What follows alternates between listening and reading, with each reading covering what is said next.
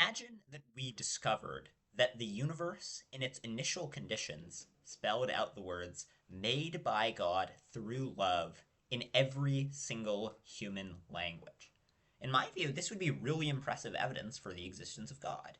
You should think that it's much likelier that God exists after discovering this than it would be that God existed before discovering this. But unfortunately, if many of the objections to fine tuning turned out to be correct, then this piece of evidence wouldn't be evidence for fine tuning at all, for the existence of God at all. Therefore, I think many of these objections to fine tuning simply prove too much. Not only do they disbar the actual fine tuning argument, they would disbar a obviously successful argument, one from the initial conditions of the universe spelling out made by God through love in every language. For example, one very common objection that people make against the fine tuning argument is they say that while apologists claim that the fine tuning is improbable, it can't be that something is improbable unless it only happens rarely. For example, we declare that a person getting a royal flush in poker is improbable, but that's only because it's rare. Most of the time when people play poker, they don't get royal flushes. So something is only improbable if in some sample it only occurs rarely. But they claim because we only have one sample of the universe, we can't even talk about the improbability of fine tuning. After all, it's only happened once, so we can't talk about the percentage of the time that it happens. It's 1-for-1, so it can't be improbable. But now note, if this were correct, this would also mean that if the universe spelled out made by God through love, if the initial conditions spelled that out, that wouldn't be evidence for the existence of God. After all, in that case, we would once again only have one sample space on which we were operating. There would only be one time that we'd observed the initial conditions of the universe, and it would have turned out to be that way every time. I think that this can help identify what's wrong with this objection, that we can declare that things are improbable, even if we don't have a large sample size across them. For example, one of the main pieces of evidence for continental drift is that millions of years ago, the fauna and the plant and animal life on South America and Africa were very similar, and then they began to diverge. This can be explained if you think that the continents broke away. That explains why the fauna would begin to diverge. But if they didn't break away, it's very unlikely that they would begin to diverge. Now note, in this case, there's no improbability in the sense of there being many samples and it only turning out one of those ways very rarely. After all, there aren't multiple samples. We only have one sample of it turning out this way, of the continents drifting apart. But nonetheless, we can talk about probabilities. We can talk about probabilities in the sense of things that are surprising, even if they're not things that we have a large sample space over, and we can say that it turns out some way only very rarely. So I think this first objection to fine-tuning is clearly wrong. Now, there's another objection that's more serious. It's raised by people like Mark Cullivan, Tim and Lydia McGrew, and various others. What this objection says is that when we declare the constants finely tuned, when we say that it's unlikely that they'd fall in the narrow range that they do fall in, this is much too quick. We can't talk meaningfully about the probabilities of it falling in this range because it's an infinite range, and probabilities don't play nicely across an infinite range. After all, if you try to assign an even probability across an infinite range, then you end up getting the result that the probability of each event is 0, and then the probabilities don't all sum to 1. So probability across an infinite range is a very messy business. Now, I think one problem with this is that it gets the physics wrong. This is nicely explained in a paper by Yoav Isaacs and John Hawthorne about the fine-tuning argument called, I believe, Misapprehensions about the fine-tuning argument. What physicists have taken as evidence of fine-tuning is that there are a variety of different forces that go into the value of some overall effect, like the cosmological constant. So the cosmological constant isn't just one force.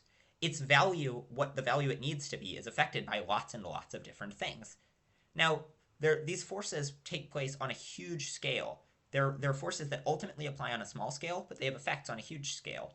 And despite this, they almost exactly cancel out. The forces that almost exactly cancel out add up to being about 10 to the power of 120 times the value that they in fact take on.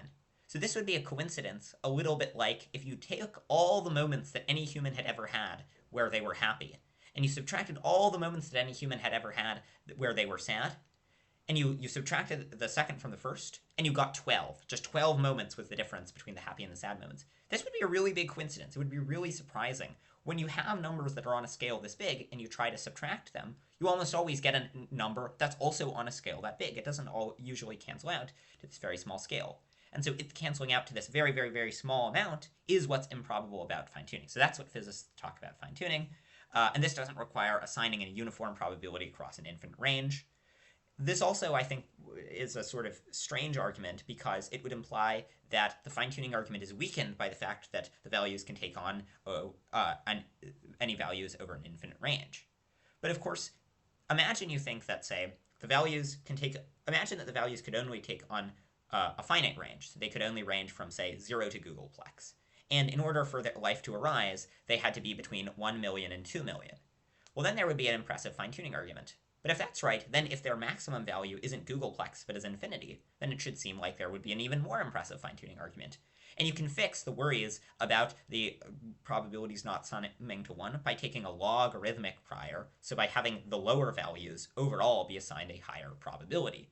And even when you do that, you end up concluding that there's a really extraordinary degree of fine-tuning. But once again, I don't think we need to bother with all of this analysis, because we can simply see that if this objection were correct, it would once again generalize to imply that stars that spelled out made by God weren't strong evidence for the existence of God. So, if the initial conditions rather spelled out made by God, that this wouldn't be strong evidence for the existence of God. The reason it implies that is that similarly, just as there are an infinite number of values that the constants can arguably take on, there are an infinite number of shapes that the initial conditions could imaginably take on. The initial conditions you could imagine them spelling out any shape. And so, you're assigning probabilities over an infinite range. But we can all see that despite this, we can make a probability argument of the form, okay, it's super unlikely that it spells out this highly specific shape over an infinite range. And if you look at the nearby regions, if you just look at the nearby kinds of shapes, it has to hit this very, very, very small path in order to spell out made by God through love in every language. Similarly, when we look at the nearby values that the constants can take on that are consistent with the laws of physics, that are consistent with the basic standard model, well, only a very small share of this range is able to give rise to complex structures. So this objection is wrong in the physics, it's wrong in terms of probability theory, it's wrong in that if it were correct, it would have these counterintuitive implications where the fine-tuning argument gets worse by the maximum value of the constants being lowered. But we don't even need to go through all this rigmarole because we can see that it's wrong simply by analyzing the probability of, by noting that if the argument were correct, it would mean that the made by God argument for design was not successful. Now, a last argument against the fine-tuning argument is known as the electrons in love challenge. It was originally raised by Nielsen and Babu. Maybe I think versions of it have appeared in other people. The basic idea is that theism doesn't predict fine-tuning. After all, God could make a life-permitting universe no matter what the constants were. If, for example, he set the cosmological constant a little higher and every particle flew apart, he could simply make all the creatures by miracle. Or if he didn't make all the creatures by miracle, he could make it so that the psychophysical laws, the laws governing the relation between the mental and the physical, give rise to valuable relationships between the atoms. The atoms can have valuable psychophysical relationships. Now, I think this objection does have some bite. It does lower the probability of God making a finely tuned universe to some degree. After all, it's not exactly clear why the kind of universe that God would make would be one where the laws of nature naturally give rise to the formation of complex structures, when instead of doing that, he could simply create life by miracle. So that's a little bit improbable. But where I think people go deeply wrong is where they say that this exactly cancels out the original kind of fine-tuning. They say he's just as likely to take on any value across the value of the cosmological constant, where the probability of getting a finely tuned cosmological constant, roughly 1 in 10 to the power of 120 on atheism, is also 1 in 10 to the power of 120 on theism, because the odds are he could create valuable stuff no matter what the constant was. So you assign a uniform prior across the values of all the constants. Now, I have a paper that I submitted to the journal Analysis where I explain a few things that are wrong with this. One of them is that I think basically probabilities are never add up. The probabilities are never 1 in 10 to the power of 120. That's improbability on the order of getting 12 royal flushes in a row. And the improbability of getting 12 royal flushes in a row is much less great than the improbability of God wanting a finely tuned constant.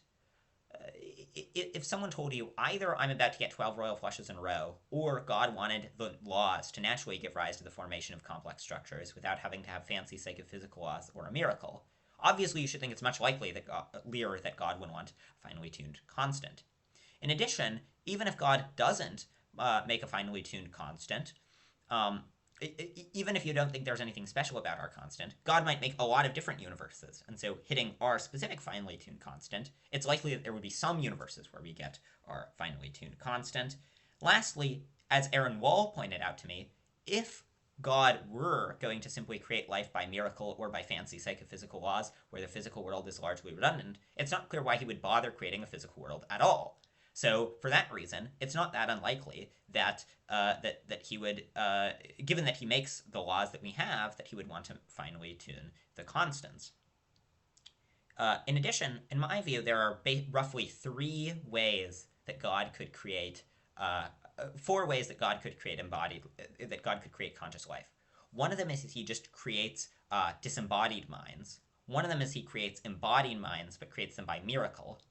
One of them is that he creates beings that are these sort of physical simples, so like particles, and he just, through exquisite psychophysical laws, makes it so that they have valuable consciousnesses. And lastly, God makes there be laws that naturally give rise to the formation of complex conscious creatures, as in our world. Now, I think, at the very least, if you're going to assign the principle of indifference, you shouldn't assign the principle of indifference across all the values of the constants, but across the 4 ways that God might bring about creatures. And so then you get the result that the odds of God bringing about creatures like us via having the laws naturally produce creatures, which requires finely tuning the cosmological constant, at least given our laws, are on the order of 1 in 4.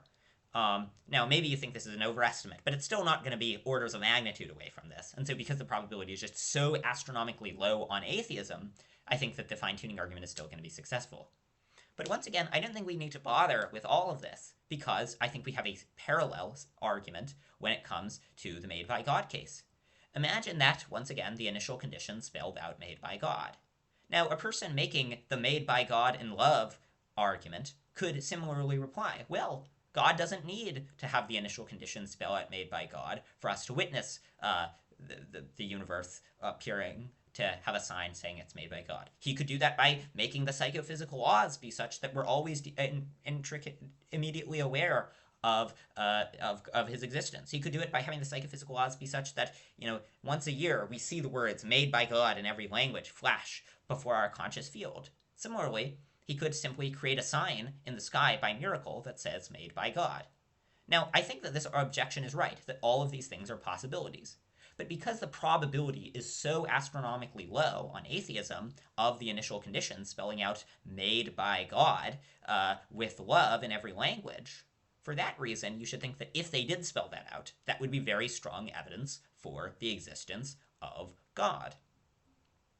Now, if they are so I think similarly in the case of fine-tuning, well, there's an interesting question about why God chose to set things up this way, where he finally tuned the cosmological constant.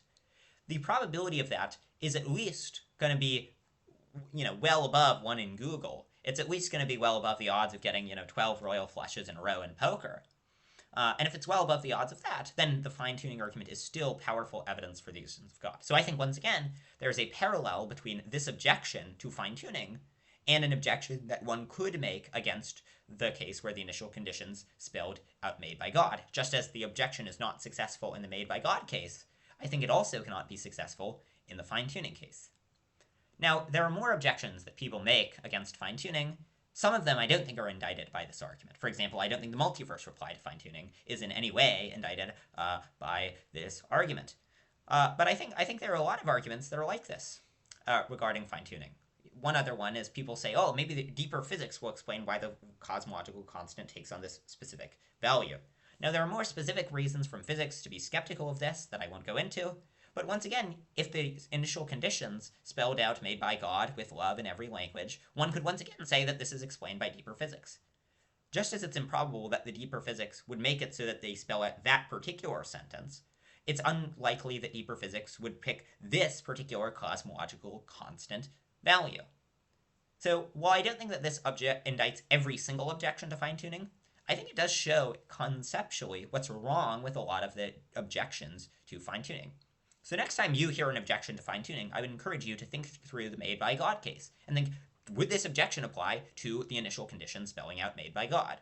If it would, then something is wrong with the objection because it would prove too much. Thanks for watching, everyone.